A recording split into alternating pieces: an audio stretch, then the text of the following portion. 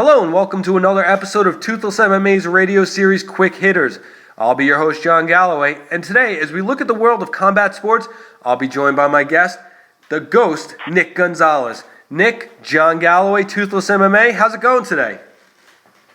Hey, pretty good, man. Pretty hot day out here in Texas, but nonetheless, it's a good day, man. Yeah, absolutely. I'm up here in the Northeast in the Poconos, so we're hitting like the mid-70s, so it's a little bit cooler. I'd definitely rather be in the warm weather, but I guess you take what you got, you know?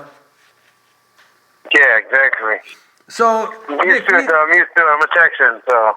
That's it. So we have a fight coming up here, September 26th in Cedar Park, Texas. So you know, pretty local to you. It's going to be for Titan Fighting Championship at Titan Fighting Championship 30, and you're going to be fighting Warren Stewart. How did this fight come about?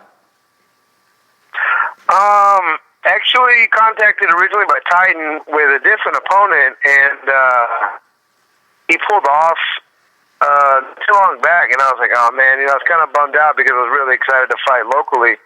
And then Warren is one of those just die-hard, I'll fight anybody, anywhere, anytime kind of guys. I know he's a pretty stand-up guy when it comes to taking fights.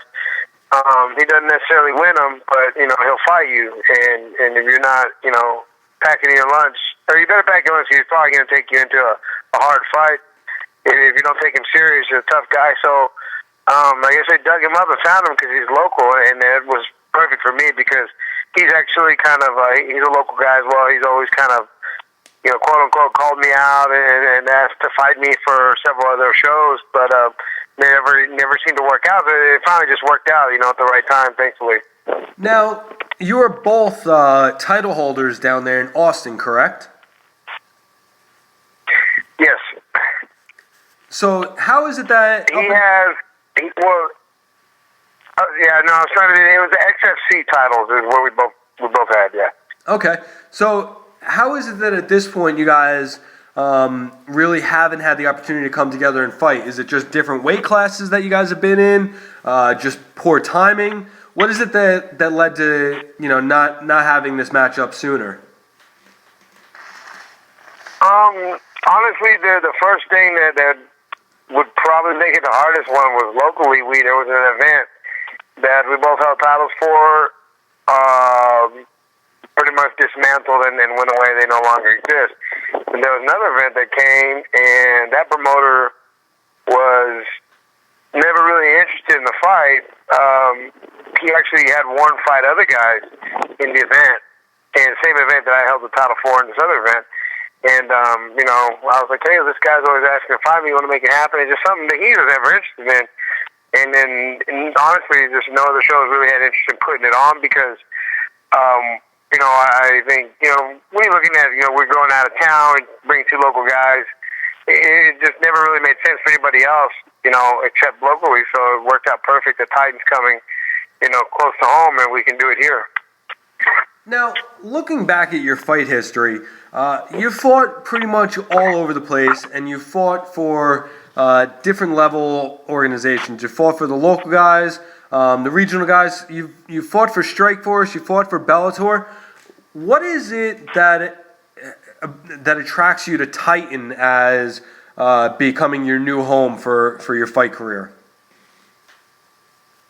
You know what, man? That's a good question because it's something I would like to talk to Joe about maybe in person. Is I want employment, with the fight promotion, and I think I remember reading something a while back about Titan not necessarily being like a breeding ground where they're pumping guys into the UFC like Legacy, but more of like a proving ground, where they're bringing good competition to face each other. Former guys from UFC, from all these other shows, and top-level guys fighting each other. It's more like a proving ground, not necessarily like, oh, we're going to try to build somebody up and pump them in there. Legacy is a great company. I fought for them, and they're in Texas. But, even with them, I've never really been offered a contract. I haven't been offered a contract, honestly, since Bellator. Even fighting for Strikeforce, they didn't really offer me contracts. It was just like, hey, you want to fight? And I'm like, all right, yeah. And I was younger than I am. I'm 33 now, and when you're, 26, 24, 25, 23, whatever, you're just trying to come up and make a name for yourself. you jump on these opportunities that you're given, but you never. I didn't think about the longevity at the time. I was just like, oh, cool, Strike Force. Yeah, shit, they're a big show, man. I'm gonna go fight for these guys, and I'm gonna be in the UFC. Right. And I never really thought about it. For my longevity of the career, and now I see Titan. When I used to live in San Diego, California, my former manager was trying to get me out there on that show, and it never seemed to work out at the time that they were trying to get me there. But I knew of them, and I kind of followed them, and this is something that I'm pretty excited about. Again, because I would really look for, and it sounds funny saying it, but looking for employment with the promotion now. I would like, 3 or 4 fight deal, knowing that this is going to be the show that I'm going to be fighting for, representing this show, and delivering exciting fights for this show rather than digging around locally. I fought in all the regional shows, and there's not a lot of guys that are willing to step up and fight me within these little regional shows. So it's kind of tough. I got to wait for bigger shows or bigger name opponents that are coming through these other big shows, to try to fight like that, where I would rather try to redeem myself, get 3, 4 fight wins in a row, and then possibly go into UFC, which is ultimately my goal. Now, as you mentioned, you are 33. Your opponent is 25. Do you think the age factor is going to play into this fight at all? Not at all, man. Because I don't feel 33, and then my body doesn't tell me that. I mean, I'm young, but I feel young. I think I've taken, not a lot of, great care to my body. I've been through some ringers and some fights, but. I think it's more of a mental thing to me. I mean, physically, yeah, you might, move a little slower than you did before, but if you're still out there working hard, I really don't think the age will be a difference. Now, looking back here, you've had 2 fights this year, last year. You haven't fought this year. You had 1 fight in 2012. Why the long layoffs in between fights? Again, man, it's just. I don't have anybody solid give me a contract. The 2012 fight,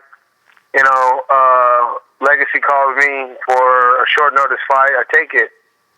And then 2 months later, I get the fight in February. And, I lost that one. And then I'm like digging around like, hey man, at the time I had a manager that I was working with and he wasn't doing a really good job. I was like kind of upset. So, it got kind of frustrating with that, so then I started boxing. I actually had 3 pro boxing fights in between that time, and then Legacy gets Leonard Garcia signed, and immediately they call after his first fight, because I think they knew that we would deliver a great fight, and we did. We got nominated for Fight of the Year in 2013. So that's why I think that was happening, and then I did actually was 5 pro boxing fights total, I think, since 2012, just because I was getting offers, and I was trying to go out and grind and get my own fights for these regional shows and these little shows within the state, and they didn't fight me. They didn't want to have me fight on their event, or they're like, oh, we don't have anything right now, and shit like that, and which gets really frustrating as a fighter. So it's not that I wanted to be off, nobody had a contract for me. The boxing was offering me fights, so I was boxing instead. Gotcha. You're staying busy, just not on the MMA scene. Now, one thing that I have to ask you about. Yeah, I was saying, okay, I'm sorry. No, that's okay. Finish what you were saying. Yeah, no, I was like, ultimately, I want to fight in MMA, and this is my love, and it was really frustrating. I'm standing around calling shows, emailing people, doing a lot of footwork, and I'm not getting anything. I'm just like, man, how can these guys not want me to fight? I deliver exciting fights. And then I just went and boxed and stayed busy, yeah. Gotcha. Now, one thing I do have to ask you about, where is this, this fight is going to be taking place at 155, correct? Yeah. Now, in the past, you've had some challenges coming down to the set weights and missed weight a couple of times. What do you attest that to, and what's changed for this fight? Coming into, granted, you're 3 weeks out, 4 weeks out, but what's changed going into this fight?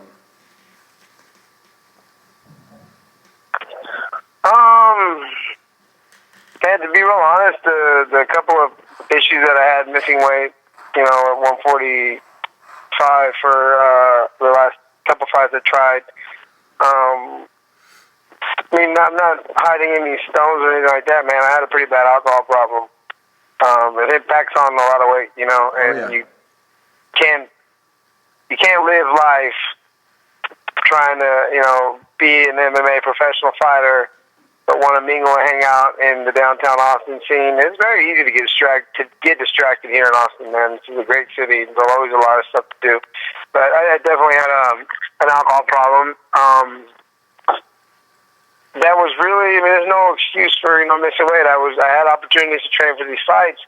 And even the second fight, the fight with Leonard Garcia, I go out to a camp in San Diego at Alliance where I used to be at. I come back and, I started, again, having, the struggle with alcohol that I'm battling with that. And what's different now is I've actually kicked it. I finally just got to a point where it caused a lot of problems in my life, and I also was relating a lot of these inconsistencies maybe in fighting, the weight problems, and the poor performances because I was drinking, I had a fight in 2011, I believe. I was beating the crap out of this kid down in South Texas, DJ Fuentes, beating the snot out of him, right? Just kicking him all over the place.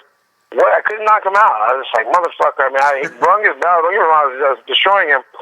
But he caught me with overhand right, like in the second or the beginning of the second round or the third round. It was a pretty nasty cut. And they just kept bleeding, but cut and, bad eye, I was still dominating the fight. The doctor stops it about 9 seconds before and beats me, and so he gets to win.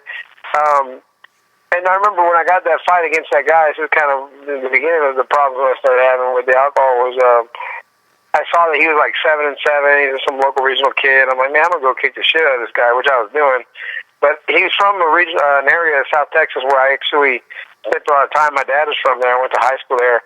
So I'm struggling with trying to, do a training camp. I'm still drinking. I go weigh in. After weigh-ins are done, I rehydrate, and I go catch up with some buddies that I went to high school with. They were at like Buffalo Wild Wings. I have some alcohol. And then I'm just like, they're like, man, shouldn't you be resting? You're going to fight this guy tomorrow. I'm like, man, I'm going to kick the shit out of him. So, looking at that from being like kind of the beginning of where the problem started, and then looking at the, missing weight, and not having great performances, kind of made me really settle down and open my eyes to, what I really want to do. Do I still want to continue fighting, or do I want to half-ass it and talk about all the things that I've accomplished, Well, it sounds like you're definitely on the other side of that, so congratulations for you. It takes a lot to recognize a problem, especially an alcohol problem. So good, good for you for doing that, and continued luck with fighting that in the future. Now, getting to the physical matchup that you have coming up, without looking too far into it or giving away too much of what you're thinking, tell me how you see this fight going. Where do you see the fight starting? Where do you see it ending? Where do you see your strengths over his weaknesses? Mostly where everybody that I fight is, I always just feel that I'm a better boxer and kickboxer than they are, and I have better footwork over them. And I think I'm really just going to try to apply it like I do every time. And when I fight, and just look for the takedown and kind of try to frustrate them or him, like I have done other people, because that's my strength. That's my strength. That's how I get the nickname the Ghost, and that's where I spent a lot of time. Boxing and kickboxing as well. I have professional fights in both, so it's like that's my black belt. You can't say like, oh, I'm a black belt in boxing and kickboxing. Muay Thai or whatever. I mean, there's no ranking system really, like for the high level professionals. But right. I fought in the K1 2006. I fought Chuck Norris's World Combat League. I boxed professionally, fought for a title. So it's like those are my strengths. I can't say that, oh, I'm a black belt in these things. Like if I were to fight a black belt in jiu-jitsu, I mean that's obviously showing 10 to 15 years of commitment into one thing. Then you earn the black belt. My black belt is my striking, and this is where I'm going to always push to my opponent, because I'm always going to feel that I'm better than them there. Now, coming into the fight, there's going to be companies and people helping you out along the way. Why don't you give a shout out to some of the companies and sponsors that have been helping you out? Yeah, I definitely want to thank my full-time employer, American Electric. They've actually given me, plenty of time off and helped me out with a little bit of sponsorship. And then locally, the sponsors I definitely want to thank are Corrupt Clothing and On It. The On It brand is, homegrown here in Austin, Texas, and I've been fortunate to be sponsored by them. And I feel very thankful that I'm part of that brand and just the name and be able to represent them very well. And then all my training partners and everybody at AKTX, my teammates and my trainers, I really appreciate everybody, still helping me out this 14 years later in my career. Nice. Now, the fight, as we mentioned, is Titan Fighting Championship 30. It's going to be September 26th in Cedar Park, Texas. If you can't make it there live and you can't watch it on CBS that night, where can people follow you on social media like Facebook and Twitter to keep up with how that fight went and also with what you have coming up in the future? Yeah, my Twitter is Nick the Ghost, at Nick the Ghost. Facebook is just Nick Gonzalez, and that's probably better than my fan page. I actually rarely use it. So if you just want to find me on Facebook, it's Nick Gonzalez. And my personal page is pretty much the only thing I use to update. All right, well, we wish you luck on the 26th, and hope you well in the future. That's going to wrap up another episode of Toothless MMA's radio series Quick Hitters. I'd like to extend a big thank you to today's guest for joining us. For Nick Gonzalez, this is John Galloway, and we are tapping out.